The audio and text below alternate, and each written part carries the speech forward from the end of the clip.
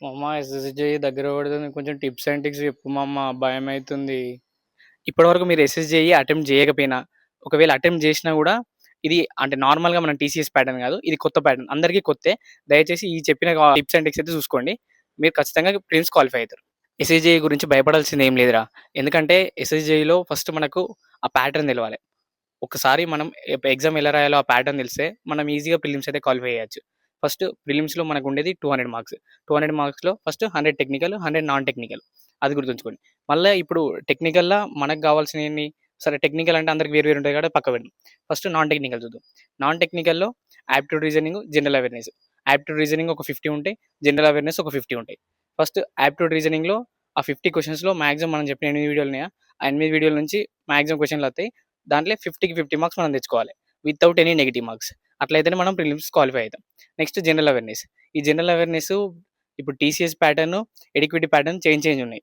ఈ ఎడిక్విటీ ప్యాటర్న్‌లో మనం ఎక్స్‌పెక్ట్ చేసినవి కాకుండా అన్‌ఎక్స్‌పెక్టెడ్ క్వెషన్స్ వస్తున్నాయి. అంటే వాళ్ళు అవసరం ఇప్పుడు ఫర్ ఎగ్జాంపుల్ టైమ్ పీరియడ్ నుంచి క్వెషన్ వస్తుందనుకుంటే టైమ్ పీరియడ్ నుంచి కాదు. అవసరం లేని క్వెషన్‌లు ఇస్తాను వాడు. కొంచెం చూసుకోండి జనరల్ అవేర్‌నెస్‌లో. మాక్సిమం నెగెటివ్ మార్క్స్ పోయే ఛాన్స్ ఉన్నది. నెగెటివ్ మార్క్స్ పోకుండా పాజిటివ్ మార్క్స్ రావాలంటే మనకు 100% కాన్ఫిడెన్స్ ఉన్నాయి. 70% కాన్ఫిడెన్స్ ఉన్నాయి మాత్రమే పెట్టండి. నెక్స్ట్ థింగ్ వచ్చేసి ఓకే. ఈ 100 మార్క్స్ అర్థమైంది. మనం టెక్నికల్‌గా ఇప్పుడు దాంట్లో 50 మార్క్స్ ఈజీగా స్కోర్ చేయగలుగుతాం. నెక్స్ట్ అంటే రీజనింగ్‌లో, జనరల్ అవేర్‌నెస్‌లో ఏం కాదన్నా మనం ఒక 20 మార్క్స్ స్కోర్ చేయాలి. 20 మార్క్స్ స్కోర్ చేసేటట్టు ఉండాలి without any negative marks. Next technical చూసుకుంటే మనం 50+ ఈజీగా 60 మార్క్స్ అన్నా ఈజీగా మనం స్కోర్ కావాలి.